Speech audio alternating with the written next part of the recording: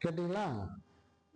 அப்போ அல்லாஹ்வுடைய தூதர் ஸல்லல்லாஹு அலைஹி வஸல்லம் அவங்க சொன்ன அந்த ஹதீஸ்ல ரெண்டாவதா ஒரு ஆண் மகன் நம்முடைய குடும்பத்திற்கு பொறுப்பாளர் ஆவான் அப்படின்னு சொல்றான். அடுத்து அதுல இன்னொரு செய்தியையும் ஒரு ஆண் மகனுக்கு ரசூலுல்லாஹி ஸல்லல்லாஹு அலைஹி வஸல்லம் சேர்த்து சொல்றான். எப்படி சொல்றாங்க அப்படின்னா, லி அஹ்லி பைத்திஹி, அவருடைய வீட்டுல உள்ளவங்க அப்படின்னு சொல்றாங்க. லி அஹ்லி பைத்திஹின்னு சொல்லும்போது பிள்ளைகளுக்கு எப்படி இருக்கிறாங்களோ வேண்டாம் அப்படிங்க, ஏன்னா எப்படி வேண்டாம்னு சொல்றாங்களோ அதே மாதிரி அகல் அகல் அப்படிங்கிற வார்த்தையில முதல்ல யார் வேணாலும் மனைவி வருவோம். ஒரு மனைவிய சரியா பராமரிக்க வேண்டிய, ஒரு மனைவிக்கு செய்ய வேண்டிய சரியான ஒரு ஒரு ஒரு பொறுப்பு எடுக்க வேண்டிய ஒரு ஒரு இடத்துல ஒரு ஆண் மகன், ஒரு கணவன் இருக்கிறான். கணவன் இருந்தே ஆகணும். எப்படி இருக்கணும் அப்படிங்கிறத கொஞ்சம் கவனத்துல வைக்கணும். ஏன்னா இன்னைக்கு நிறைய பேர் இந்த இடத்துல கொஞ்சம் வீக்னஸா இருக்கிறான். ஒரு மனைவி வந்தாச்சு, அவளுக்கு என்ன உண்டு அதை அவ்வளோத்தையும் செய்வோம். அவளுக்கு சாப்பாடு கேட்டா சாப்பாடு கொடுப்போம், அவளுக்கு தேவையை கேட்டா தேவை கொடுப்போம், எல்லாத்தையும் வாங்கி என்ன விட்டு, எல்லாத்தையும் வாங்கி என்ன விட்டு அப்படிங்கக்கூடிய ஒரு பொறுப்பற்ற தன்மை இருக்கிறது. இந்த தன்மைக்கு நிச்சயமாக எல்லா ஆண்மகனும் நிச்சயமும் பதில் நபி ஸல்லல்லாஹு அலைஹி வஸல்லம் அவங்க சொன்ன ஒரு செய்தியை நான் சொல்றேன். தையூஸ் அப்படின்னு ஒருத்தனை அல்லாஹ் மறுமையில ஏறெடுத்து பார்க்க மாட்டான் அப்படின்னு சொன்னாங்க. தையூஸ் அப்படின்னு ஒருத்தனை அல்லாஹ் மறுமையில ஏறெடுத்து பார்க்க மாட்டான் அப்படின்னாங்க. அது யாருக்கு தையூஸ்? மாஹு தையூஸ். தையூஸ்னா யாரு அப்படின்னா, தன் வீட்டு பெண்கள் விஷயத்தில் யாருக்கு ரோஷம் வரவில்லையோ அவர்கள் தையூஸ் அப்படின்னாங்க. ரோஷம்னா தனக்கு என்ன மரியாதை இன்னொருத்தர் தரணும்னு இன்னொருத்தருக்கு நம்ம எதிர்பார்க்கிறோமோ அது நம் அல்லாத இன்னொருவருக்கு நம் முன்னால் வழங்கப்பட்டால் ஒரு உணர்வு வருமே, அதுதான் ரோஷம். சரியா? மனைவி என்பவள் ஒரு ஆண்மகனுக்கு மாத்திரம் மனைவி என்ற இடத்தில் முழுசா இருக்க வேண்டியதுன்னா, அவ இவன்கிட்ட எப்படி இருக்காளோ அதை போல. அது அது வந்து கருவறையை இருந்துக்கிறது மட்டும் இல்லை, படுக்கையை பகிர்ந்துக்கிறது மட்டும் இல்லை, கணவனுக்குன்னு செய்யக்கூடிய கடமையில எதையும் கணவன் அல்லாத ஒருத்தருக்கு நிச்சய முடியாது, செய்ய முடியாது. எந்த அளவுக்கு செய்ய முடியாது அப்படின்னா, அவர் அனுமதிக்காத ஒருவரை அவருடைய அனுமதி இல்லாமல் அவருடைய வீட்டுக்குள்ள நிச்சய முடியாது, ஏற்றக்கூடாது. இது யாருடைய உரிமை? கணவனுடைய உரிமை மனைவி மேல, கணவனுடைய உரிமை மனைவி மேல. அந்த அளவுக்கு ஒரு மனைவி மேல கணவனுக்கு நிறைய உரிமை இருக்கு. நான் சொல்லாத ஒருத்தரை நீ உள்ள ஏற்றக்கூடாதுன்னு ஏற்றக்கூடாது, அவ்வளவுதான். இப்ப பாருங்க, வெளியே சாதாரணமா பழகக்கூடிய, வெளியே சாதாரணமா வந்து இயல்பா இரண்டரை இருக்கக்கூடிய ஒரு நிலைமை வந்து பெண்கள்கிட்ட இயல்பா வரும். அது குறிப்பா இப்ப என்ன ஆயிடுச்சுன்னா, இந்த ஆன்லைன் யுகம் வந்த பிறகு, இந்த பிளிப்கார்டு, அமேசான், நெக்ஸ்ட்னு வந்த பிறகு சம்பந்தமே இல்லாத ஆண்களோடு தொடர்புக்கு வரக்கூடிய நிலையில் பெண்கள் உருவாகி இருக்கிறார்கள். இதை பூர்த்தி பண்ண வேண்டியது யாரு? இந்த இடத்துல நின்று பூர்த்தி பண்ண வேண்டியது யாரு? குடும்ப தலைமை வேலை. அது பிள்ளைகளையும் அப்படி விட முடியாது, வீட்டுல இருக்க பெண்களையும் அப்படி விட முடியாது. இதுல நான் சொல்ற பொதுவா விளங்குங்க. அவங்க மார்க்கெட்டுக்கு போய் ஒரு சாமான் வாங்க போறாங்க, இது இஸ்லாம் தடையெல்லாம் விதிக்கல. எங்கேயும் மார்க்கெட்டுக்கு பெண்கள் வரக்கூடாது, அவங்களுக்கு விரும்பின வேண்டிய பொருளை அனுமதிக்கப்பட்ட முறையில பர்ச்சேஸ் பண்ணக்கூடாதுன்னா எந்த தடையும் விதிக்கல. இதனால விளங்குவாங்க.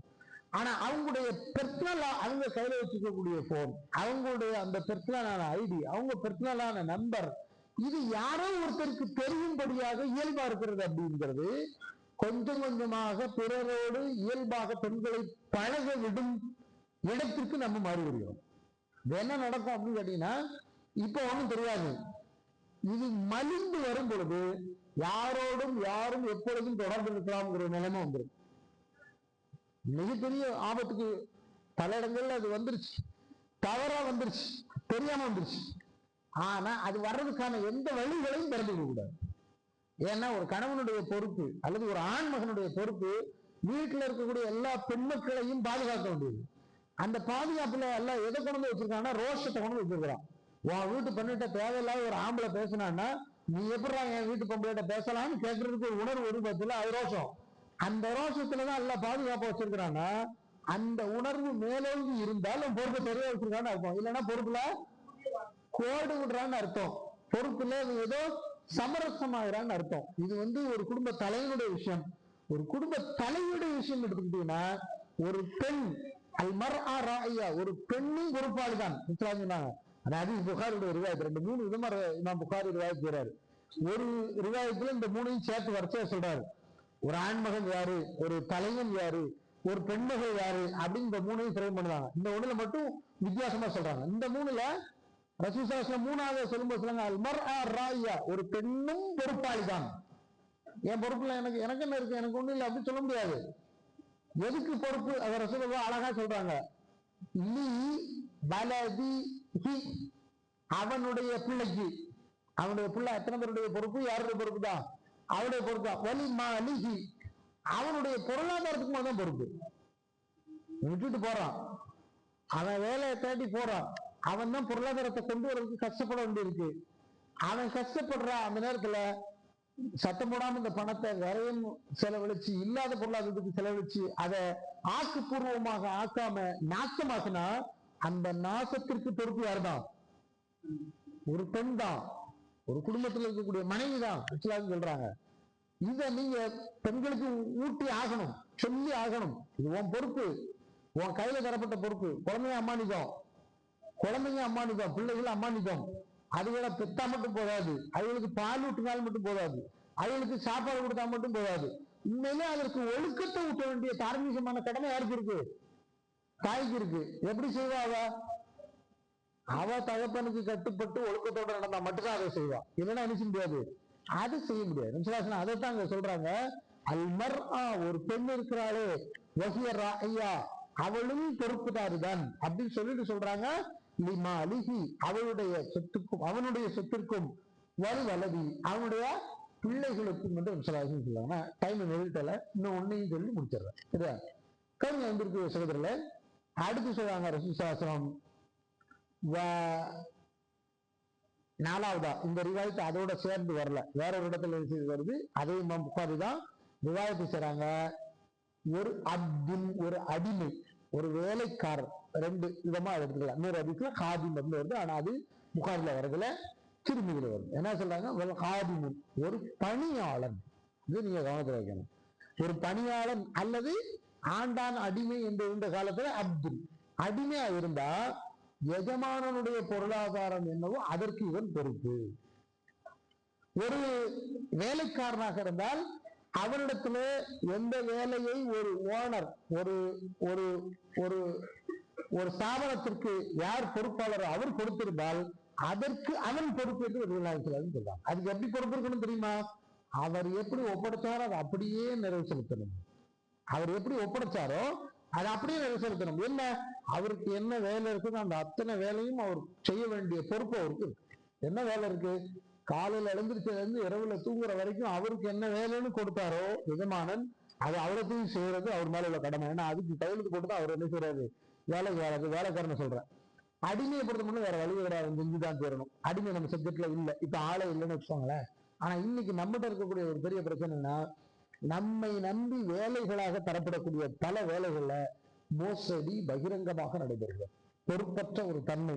அது எப்படி போட்டு எனக்கு என்ன, யாரு கேட்க போறாது, அதுக்கு என்ன, அது எப்படி நடக்கட்டும் அப்படின்னு கேட்கக்கூடிய ஒரு பண்பு, அது இருக்கவே கூடாது. ஒரு முஸ்லீமுக்கு அது ஆகவே ஆகாது. ஏன் தெரியுமா?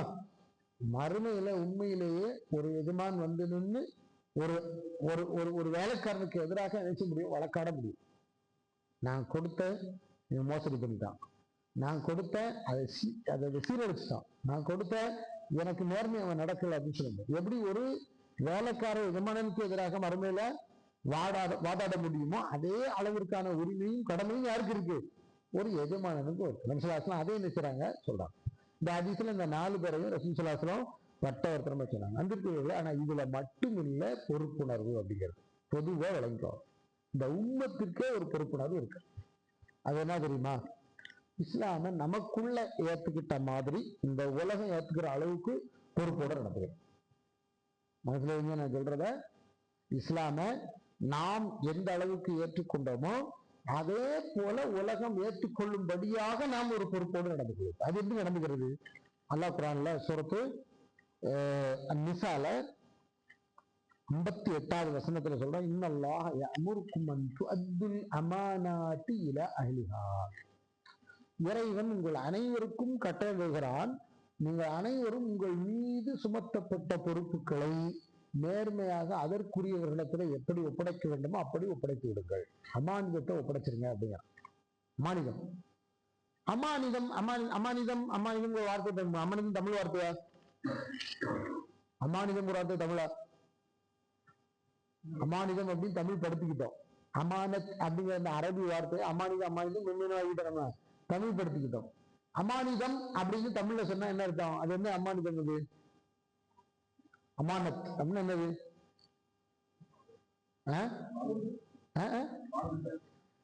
பாதுகாப்பு வார்த்தை சொல்லலாம். வேற நம்பி வருகிறது. நம்பி ஒப்படைக்கப்பட்ட அத்தனை அமானத். நம்பி நம்பிக்கையின் பேர்ல எது நம்மகிட்ட ஒப்படைக்கப்பட்டுச்சோ அது அத்தனை என்னது? அமானிதம். அந்த அமானிதத்துல முதல் அமானிதம் நம்ம கையில ஒப்படைக்கப்பட்டது என்ன தெரியுமா? என்னது? இன்னா அரதுனல் அமானத அல ஸமாவாத்தி வல் அர்தி வல் ஜிபால் ஃபஅபைனஹா ஐ யஹ்மிலஹா வஷ்ஹக்ன மின்ஹா வஹமலஹா அல் இன்சானு இன்னஹு கான வலூமன் ஜஹூலா. மனித சமுதாயத்திற்கே அல்லாஹ் தந்த அமானிதம் என்ன தெரியுமா? அல்லாஹ்வுடைய வேதம். அல்லாஹ்வுடைய வேதம். அந்த வேதத்தை அல்லாஹ் முதல்ல வானத்துக்கு கொடுத்தான், அப்புறம் பூமிக்கு கொடுத்தான், அப்புறம் மலைகிட்ட ஒப்படைத்தான். அது அத்தனையும் அதனை தாங்குவதற்கு அந்த அமானிதத்தை ஏற்றுக்கிறதுக்கு மறுத்துருச்சு. வஹமலஹல் இன்சான், இதனை மனிதன் சுமந்தான். இன்னஹு கான வலூமன் ஜஹூலா, அவன் முட்டாளாவும் அநியாயக்காரனாவும் இருக்கிறான்னு சொல்லி அல்லாஹ் மொத்தத்துல பழிக்கிறான். யார் இதை ஏற்று வாழ்ந்தாங்களோ அவங்கள தவிர மற்ற எல்லாரும் இந்த பாவத்துக்குரியவர், இந்த பழிப்புக்குரியவர். யார் பெறுவாரி? எண்ணிக்கையில கூட யாரு? ஏத்துக்கிட்டவங்களா ஏத்துக்காதவங்களா? சரி, ஏத்துக்கிட்டவங்க நிலைமை, ஏத்துக்கிட்டவங்க நிலைமை, ஏத்துக்கிட்டோம்ல நம்ம எல்லாம், நம்ம நிலைமை என்ன? ஏத்துக்கிட்ட மாதிரியா இருக்கும்? 50-50. அது கூட தேர்மை இல்லைன்னு தெரியல.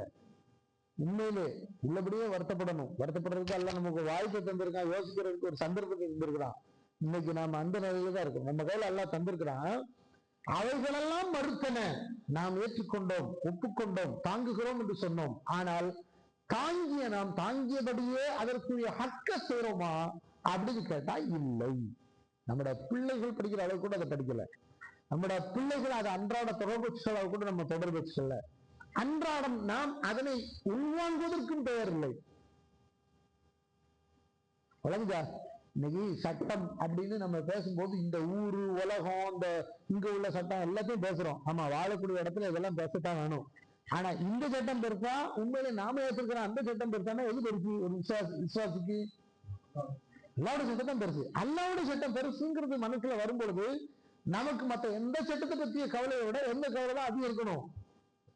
அல்லாவுடைய வேதத்தை நம்ம நடைமுறைப்படுத்துறதுக்கு என்ன வழி உண்டு அப்படிங்கிற அந்த பார்வை தான் நமக்கு இருக்கணும். அந்த பார்வை வந்தா அமானிதத்தை நம்ம சரியா செஞ்சுட்டோம். கூட்டு முயற்சியில அமானித விஷயத்துல சரியா இருந்தோம். ஊருக்கே சொல்றோம், உலகத்துக்கே சிறந்த வேதம் குரான் தான், அதுக்கு நேரா ஒண்ணுமே கிடையாது. ஆனா நான் பின்பற்ற மாட்டேன், என்கிட்ட கட்டுறது அப்படின்னு சொன்னா என்ன அர்த்தம்? நான் படிக்க மாட்டேன், நான் படிச்சேன்னு என்கிட்ட விசாரிக்கிறாருங்க அப்படின்னு சொன்னா என்ன அர்த்தம்? நாம உண்மையில அல்ல சொன்னா வலுமன் ஜஹூலா, அநீதி இழைத்த முட்டாள்களாக இருக்கிறோம். வலுமன் ஜஹூலா, அநீதி இழைத்த முட்டாள்களாக இருக்கிறோம். அநீதி இழைத்த எப்படி அநீதி இழைக்கிறோம்? அதுக்கு என்ன ஹக்கோ அதை செய்யல. ஜஹூல் ஜஹாலத் நமக்கு மேல வந்துருச்சு. முட்டாள்தனம், மடமைத்தனம் மேல வந்துருச்சு. மடமைத்தனங்கிறது எப்பங்க இருந்தது? நபி வர்றதுக்கு முன்னால் இந்த காலம் தான் மடமைத்தனம். ஐயாமுல் ஜாஹிலியா, அவங்களுக்கு பேர் தான் யாரு? ஐயாமுல் ஜாஹிலியா, ஜாஹிலியத் காலத்துல வாழ்ந்தவங்க. அதுக்கு பின்னால வந்தவங்க ஜாஹிலியத் காலத்துல வரல. எது வந்துருச்சு? வேதம் வந்துருச்சு. வேதம் வந்த பிறகு ஜாஹிலியத்துங்கிறது உலகத்துல என்ன செய்யல, இருக்கல. ஜாஹிலியத் இல்ல, நான் என்ன இருக்குன்னு அர்த்தம்? ஜாஹிலியத்து இல்ல அப்படின்னா என்ன இருக்கு? மார்க்கம் இருக்கு. ஜாஹிலியத்து இல்லைன்னா அங்க என்ன இருக்குன்னு அர்த்தம்? மார்க்கம் இருக்கு, கைம் இருக்குன்னு அர்த்தம். இழிவு இதுதான் விளங்கலைன்னா என்ன செய்வோம்? நாம இந்த பையன் ஒரு தப்பு செஞ்சுட்டான், இந்த பக்கம் ஒரு பெரிய ஒரு தப்பு செஞ்சா, ரெண்டு பேரும் ஒரே மாதிரி பார்ப்போமா? பார்க்க மாட்டேன். ஏன் இவனையும் நம்மளையும் ஒன்னா பார்க்க முடியாது? அவன் ஜாஹில், அவன் அறியாம இருக்கிற சின்ன பிள்ளை, அவனுக்கு தெரியாது. அவன் வயசுக்கு அவன் அதை செஞ்சா அதை நம்ம ஏத்துக்கிட்டு போயிடுவோம். நம்ம வயசுக்கு என்ன செஞ்ச அதை செய்ய முடியாது. அப்ப ஒரு காஃபிர் விவரம் இல்லாம இஸ்லாமுக்கு எதிராக செய்யறான், அவனும் இஸ்லாம்ல இருந்துகிட்டு இஸ்லாமுக்கு எதிராக செய்யறவனும் ஒன்னா? இவன் கையில என்ன இருக்கு? கைட்லைன்ஸ். வழிகாட்டுதல் இருக்கு, தத்துவம் கையில இருக்கு, அவன் கையில தான் இருக்கு, பிடிக்கலங்கிறது தான் தப்பு. அப்ப இன்னைக்கு இருக்கக்கூடிய மிகப்பெரிய பொறுப்பற்ற தன்மை என்ன தெரியுமா? நம்ம உள்ள சொன்ன குடும்பத்தை விட்டு விளையலாம், அதுல எல்லாம் ஓரளவு தேவையானதுலாம் ஒண்ணு அட்ஜஸ்ட் பண்ணி செஞ்சிடறோம். ஆனா கூட்டா செய்ய வேண்டிய விஷயம் சொல்லக்கூடிய இஸ்லாமுடைய பொதுவான பொறுப்புணர்வு தெரியுமா, அதுல நம்ம ஜீரோ ஆகிட்டே இருக்கிறோம். எப்படி ஜீரோ ஆகிறோம் அப்படிங்கிறது பாருங்க. சட்டங்களை நேர்மையா சரியா இஸ்லாமில் உள்ளதை நாம பேணாததுனாலதான் நம்ம மேல நம்ம விரும்பாத சட்டத்தை யாரு கொண்டு திணிக்கிறா, எதிரி கொண்டு திணிக்கிறாங்க. விளங்குதா? முத்தலாக் தடை சட்டம் எங்க இருந்து வந்துச்சு? முஸ்லீம் சமுதாயம் சுப்ரீம் கோர்ட்ல ரிட்டு போட்டதுனால வந்துச்சு. அதானே வந்துச்சு, அதான் வந்தது. வக்ஃப் ஆக்ட், வக்ஃப் திருத்த சட்டம் எங்க இருந்து வந்துச்சு? வக்ஃப் சொத்தை அல்லாஹ்வின் பேர்ல தந்தவங்களை நேர்மையாக நடக்காத முஸ்லிம்களுக்கும் அந்த முஸ்லிம்கள் மேல வழக்கு தொடுத்து அவங்களை வழக்கு கொண்டு வரணும்னு இன்னொரு முஸ்லீம் முயற்சி பண்ணதுனால வந்தது. யாரால வரல? நாங்களா சொன்னோம் உங்கள்ட்ட வந்தோம் அப்படின்னு கேட்கிறான் அவன். உண்மை, அவன் வரல. அவன்கிட்ட போனது யாரு? அது போனது யாரு? அப்ப எந்த பிரச்சனையும் நாம் தீர்க்க முடியும், குரான் சுன்னா படி தீர்க்க முடியும். அதுக்கு எங்கிட்ட என்ன இருக்கு? வழிகாட்டுதல் இருக்கு அப்படிங்கிற புரிதல் நம்ம இடத்துல இல்ல. அந்த வட்டத்துக்குள்ள நாம பயணிக்கல, அந்த வட்டத்தை வலுச்சேர்க்கல, அந்த வட்டத்தை வலுச்சேர்க்கல. இப்ப இங்க இருக்கிறார் ஒரு அறிஞர், அவர் உங்களுக்கு ஒரு செய்தியை சொல்றார், குரான்ல இருந்து ஹதீஸ்ல இருந்து சொல்றார். குரான்ல இருந்து ஹதீஸ்ல இருந்து சொன்னா என்ன செய்யணுங்க? நம்ம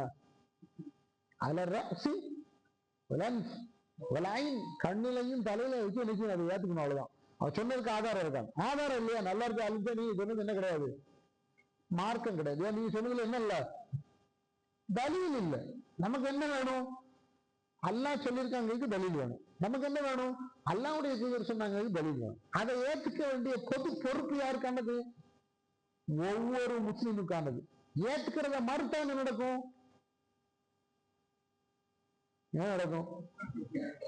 இது அல்லாத இன்னொன்னு நம்ம மேல வந்து உட்காரும். தாங்க முடியுமா முடியாதுன்னு அதுக்கப்புறமா இருக்கு. இன்னைக்கு நடக்கக்கூடிய எல்லா நிகழ்வும் அதான். என்னன்னா, நம்ம கையில் அல்லாஹ் ரப்பல் ஆலமீன் தந்திருக்கக்கூடிய இந்த வேதம் உலகத்தை ஆள வல்லது, ஆள வல்லது, ஆள வல்லது. உலகத்துல எந்த சட்டத்தையும் விட சிறந்த சட்டம் அப்படின்னு யாருக்கும் நம்மால் சவால் விட முடியும். ஆனா அப்படி சவால் விடுற ஆட்கள் நீங்க செஞ்சீங்கன்னா நம்ம கேட்டா அப்பதான் நம்ம மாட்டிக்கிறோம். அப்படி சவால் விடுல வச்சுக்கிட்டு நீங்க செஞ்சலாம் அப்படின்னு அவன் கேட்டானா அப்பதான் நம்ம மாட்டிக்கிறோம். ஆமா சரிதான், ஆனா நாங்க அதை செயல்படுத்தல. அவன் திரும்ப ஒன்னாலே செயல்படுத்த முடியாது, வேண்டவும் செய்யும். பிறகுதான் கேட்கான். அப்போ பொறுப்புணர்வை ரொம்ப மறந்து நாம வாழ்ந்துட்டு இருக்கோம். எதுல வாழ்ந்துட்டு இருக்கோம் அப்படின்னா, அல்லாஹ், ரசூல், மறுமை, இஸ்லாம், ஈமான்னு சொல்லும் போது நமக்கு அதெல்லாம் அப்புறம் பார்ப்போம், இன்னைக்குள்ள பிரச்சனை இன்னைக்கு பார்ப்போம் அப்படின்னு நினைக்கிறோம். இன்னைக்குள்ள பிரச்சனை இல்லைங்க, என்னைக்கும் உள்ள இஸ்லாமுடைய பிரச்சனை எதுவானது?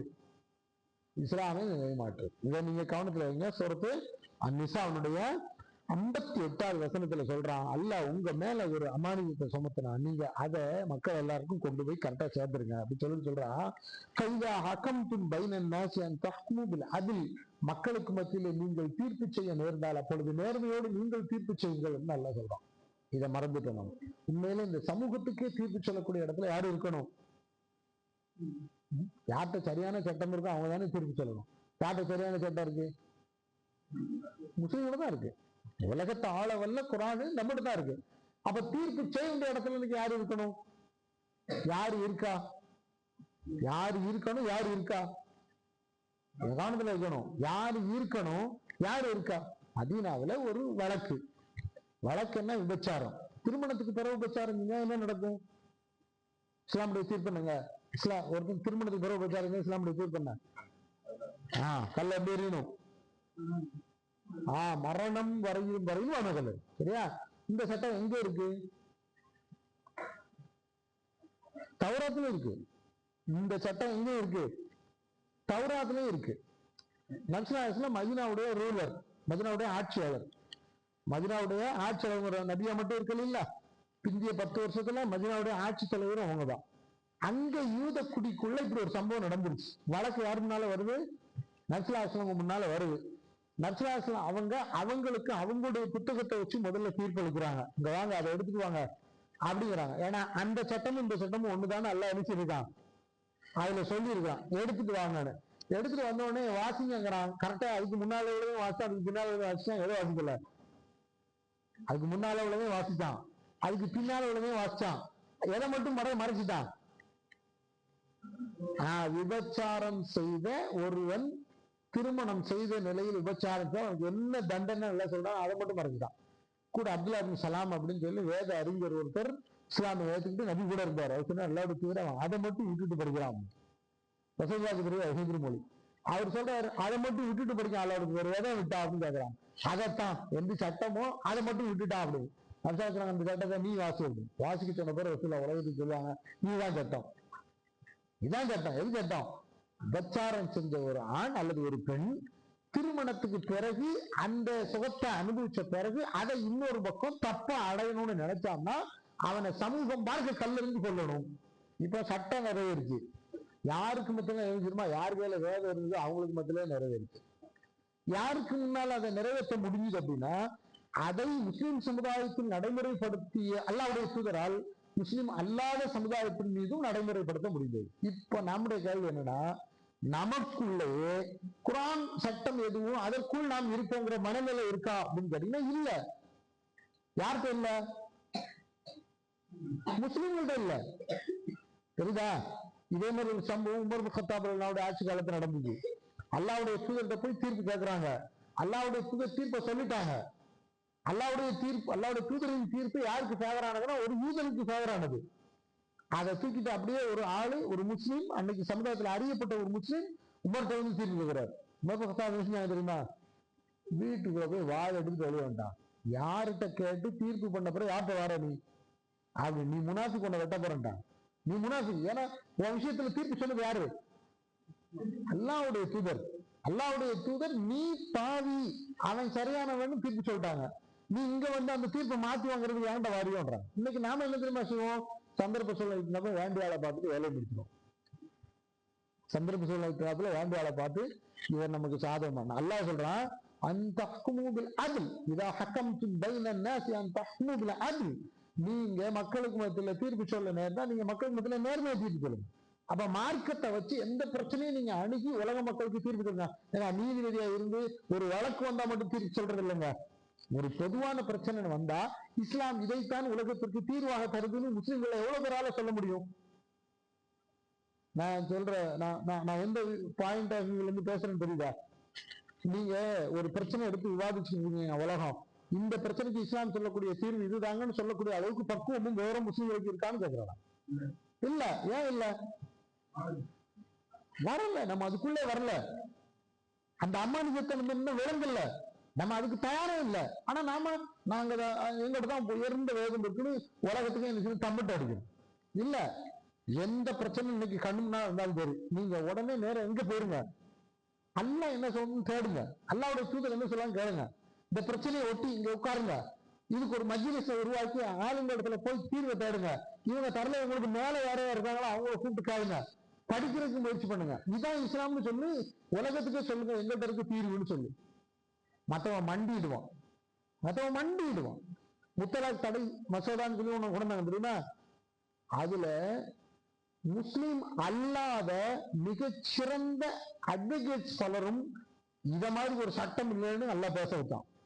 எத? தலாக் சட்டத்தை எப்ப பேச வச்சான்?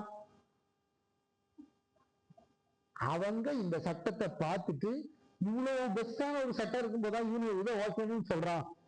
சரி, முத்தலாக் அப்படிங்கிறத கொண்டு வந்து நடைமுறைப்படுத்தினது யாரு? யாரு? முஸ்லிம்கள் தான். தலாக் தலாக் தலாக்னு சொன்னா அவர் அதோட முடிஞ்சது அப்படின்னு சொன்னது யாரு? முஸ்லிம்கள். அப்படி இருக்கா? எதுவுமே இல்ல. கால அல்லாஹ்வுலயும் கிடையாது, கால ரசூலுல்லாஹ்வும் கிடையாது. அல்லாஹ் சொன்னதுலயும் கிடையாது, அல்லாஹ்வுடைய தூதர் கிடையாது. தலாக்கு பத்தி தெரியுமா முஸ்லிம்களுக்கு? அதான் சிக்கல். தலாக்கு பத்தி தெரியுமா? ஒருத்தனுக்கு கல்யாணத்தை பத்தி தெரிஞ்சா எதுவும் தெரிஞ்சிருக்கணும், தலாக்கு தெரிஞ்சிருக்கணும். ஒருத்தருக்கு தலாக்கு தெரியும்னா எதுவும் தெரிஞ்சிருக்கணும், கல்யாணமும் தெரிஞ்சிருக்கணும். இவனுக்கு கல்யாணம் தெரியும், ஒரு பொம்பளை பிள்ளைய பார்த்து கல்யாணம் பண்ணணும்னு தெரியும். அவனுக்கு தெரியும் ஒரு ஆம்பளை பார்த்து கல்யாணம் பண்ணணும். 2 பேர் சேர்ந்து ஜமாத்துல ஒரு பேப்பர் வாங்க கல்யாணம் இருக்குது. கல்யாணம்னா என்ன? ஒரு ஆணும் பெண்ணும் அக்குதுல சேர்றது. அக்குதுன்னா என்ன? அல்லாஹ்வின் பெயரை கொண்டு உடன்படிக்கை எடுக்கிறது. அதை முடிக்கிறதா இருந்தா எப்படிதான் முடிக்க முடியும்? அதே அல்லாஹ்வின் பெயரை சொல்லி அதற்குரிய சாட்சிகளை தான் முடிக்க முடியும். தலாக் திருமணம் ஒரு சபை அமைது, திருமணத்துக்கு 5 தேவைங்கிறோம், தலாக்கு என்ன தேவை? அதே 5 தேவை. அப்படித்தானே? ரெண்டு சாட்சி இல்லாம தலாக் பண்ண முடியுமா? முடியாது. அந்த ரெண்டு சாட்சி வச்சு தலாக் பண்ற முறை என்னன்னு தெரியுமா? தவணை தெரியாது. தலாக்குன்னு ஒரு தடவை நல்லா விளங்கிடுங்க. ஜித்துஹுன்ன ஜித்துன் ஹஸ்ஸுஹுன்ன ஜித்துன் இஸ்லாம்ல சொன்ன வார்த்தை. ரசூலுல்லாஹி ஸல்லல்லாஹு அலைஹி நம்மலாம் ரொம்ப விளையாட்டா மாத்திட்டோம் இந்த வீடுகள்ல. எப்படி மாத்தி? இஸ்லாமில் வேண்டும் என்று செய்தாலும் வேண்டும் என்று எடுத்துக்கொள்ளப்படும் 3, விளையாட்டாக செய்தால் கூட வேண்டும் என்று எடுத்துக்கொள்ளப்படும் 3 அப்படின்னு ரசூல் ஸல்லல்லாஹு அலைஹி வஸல்லம் நிக்கா திருமணத்தை சொன்னாங்க. நான் இன்னார கல்யாணம் பண்ணிட்டேன்னு ஒருத்தர் சும்மா சொல்ல முடியாது. அதை சொல்றதா இருந்தா அதுக்கு என்ன நிபந்தனை இருக்கோ அதெல்லாம் சேர்த்து அதெல்லாம் சரி பண்ணின பிறகு அதை சொல்ல முடியும். ஒருத்தர் நான் விவாக விலக்கு பண்ணிட்டேன்னு சொன்னா சும்மா சொல்ல முடியாது. நான் நீ எனக்கு பிடிக்கல போலாம் அவன் வீட்டுக்கு, உன்னை நான் தலாக் கொடுவேன் அப்படின்னு ஒரு ஆம்பளை யாரை பார்த்து சொல்ல முடியாது, ஒரு பெண்ணை பார்த்து சொல்ல முடியாது. சொன்னா அது என்னவா மாறிடும்? அது என்னவா மாறிடும்? தலாக்கா மாறிடும். அது தலாக். நான் விரும்பாம தெரியாம சொல்றேன் சொல்ல முடியாது. அப்படி சொன்னா அந்த இடப்பட்ட 1 மாசம் அவளோடு சேராம இருந்தா அது ஒரு தலாக் அந்த பொம்பளை மேல அப்ளை ஆயிடுச்சுன்னு அர்த்தம். இல்ல நான் உண்மையிலே தப்பித்தான் சொல்லிட்டேன் அப்படின்னு அந்த பெண்ணோட சேர்ந்து வாழ்ந்தா தலாக்க முறிச்சு இருந்தாலும் சேர்ந்துட்டாரு, ஓகே. ஆனா அந்த பெண் ஒரு முறை தலாக் விடப்பட்டவள், 2ஆம் தரம் தவறு செஞ்சா 2 தடவை விடப்பட்டவ, 3ஆம் தரம் தவறு செஞ்சா 3 தடவை விட்டதுக்காக வேற வழியை விட இன்னொருத்தன் கூட குடும்பம் நடத்தணும். அவன் விவாக விலக்கு பண்ணாதான் மீண்டும் நினைச்ச முடியும், திருமணம் பண்ணி தான் நினைச்ச முடியும், கல்யாணத்தை பண்ண முடியும். விளங்கா? சரி, ஒரு தடவை தலாக்கு விட்டுட்டான். விட்ட அந்த பெண் அந்த தலாக்க வாங்கிட்டு அவன் வீட்டுக்கு போயிட்டா. 1 மாசம் அந்த தொடக்க காலம் முழுவதுமாக கழிந்து விட்டு சேரல. இவங்க 2 மாசம் சேரல, 3 மாசம் சேரல, 3 மாசம் முழுசா அப்ளை ஆகி வெளியே இருந்துட்டாங்க. தலாக்கு என்ன ஆயிடுச்சு? அப்ளை ஆயிடுச்சு. அவன் நேர வீட்டுக்கு போய் நீ ஏன் பொண்டாட்டி தான் என் கூட வாங்கி சொல்ல முடியாது. என்ன செய்யணும்? அடுத்து மறுபடியும் நிக்காக பண்ணணும். நீங்க உண்மைக்கு அவ்வளவு விவரம் இல்லாம இருக்கு. ஓய் எப்படி முதல்ல மகர் கொடுத்தாரோ, எப்படி திருமணம் பேசினாரோ அது அவ்வளவு நடந்த பிறகு மறுபடியும் அவ கொண்டாடி ஆவா. இன்னைக்கு இதெல்லாம் ரொம்ப கேஷுவலா சாதாரணமா நடக்கு. எங்க நடக்கு? முஸ்லீம் உம்மத்துல நடக்கு. இப்ப வேற ஒருத்தன் சட்டத்தை கொண்ட உடனே இங்க இருந்து கையோமையும் சட்டம் போடுறது. நீயே மதிக்கலையா? அத யாரையும் மதிக்கல, நீயே மதிக்கலையா? அப்ப முதல்ல கவனத்துல வைக்கணும். அல்லாஹ் ரப்பல் ஆலமீன் உங்களுக்கு ஒரு சட்டத்துக்கு அந்த அமானியத்தை தந்தா அதை நீங்க பேணல, நீங்க பொறுப்போடு நடந்துக்கல. அன்பிற்குரிய சகோதரர்களே, நமக்கு சில பொறுப்புணர் வேணும். அந்த பொறுப்புணர்ல குடும்பத்துல, நம்முடைய சமூகத்துல என்று பொறுப்புணர்வு எப்படி இருக்கோ அதே மாதிரி வேதம் என்ற அல்லாஹ்வுடைய அந்த பரிசுத்த வேதத்தில் நம்மளுக்கு ஒரு ஒரு ஒரு ஒரு அமானிதம் பேணக்கூடிய ஒரு ஒரு ஒரு பொறுப்போடு நடக்கக்கூடிய ஒரு பண்பு வரும். அது வந்ததுன்னா என்னவா மாறிடும்னா ஒரு நல்ல செலக்டிவ் முஸ்லீமா நம்ம மாறிடுவோம். மாறினா அந்த ஊர் உலகத்துல எவன் என்ன சொன்னாலும் நமக்கு எதுவும் தெரியாது. நீ என்னதையும் சொல்லிட்டு நான் இதை பின்பற்றுறேன், என் ரப்பிட்ட இருந்து வர்றதை பின்பற்றுறாங்கிற அந்த பிடிக்கும் உரிமையும் அது இருந்துச்சு ஒரு குறிப்பிட்ட காலத்துக்கு முன்னால. ஆரம்பத்துல இதை படிக்கிற காலத்துல இருந்துச்சு. இப்ப கொஞ்சம் கொஞ்சமா மங்கி மழுங்கி வேற ஒண்ணுக்கு நம்முடைய கவனம் போயிடுச்சு. அதனால தயவு செய்து மீண்டும் என்ன செய்யுங்க, இஸ்லாம சஹாபாக்கள் காலத்துல இதுதான் எங்களுக்கு தீர்வு, எங்களுக்கு இதை விட்டா வேற தீர்வு இல்லைன்னு எப்படி அணுகுனாங்களோ அப்படி அணுகக்கூடிய மக்களாக நாம் எல்லாரும் ஆகணும். அதுக்கு முயற்சி பண்ணணும். அதுக்கு இந்த சபை ஒரு நல்ல தொடக்கமா இருக்கணும் அப்படின்னு நான் எல்லா இடத்துல ஆதரவு வைக்கிறேன். இந்த சபையில நிறைய கலந்துக்கிட்டு கல்வியை படிக்கணும், தர்பியத்தை தரணும்னு நினைச்ச நம்ம எல்லாரும் அல்லாஹ் ரப்பல் ஆலமீன் சொர்க்கத்துல மிக உயர்ந்த இடத்துல தங்க செய்யட்டும். ஏதாவது கேள்வி என்ன சொல்றேன்?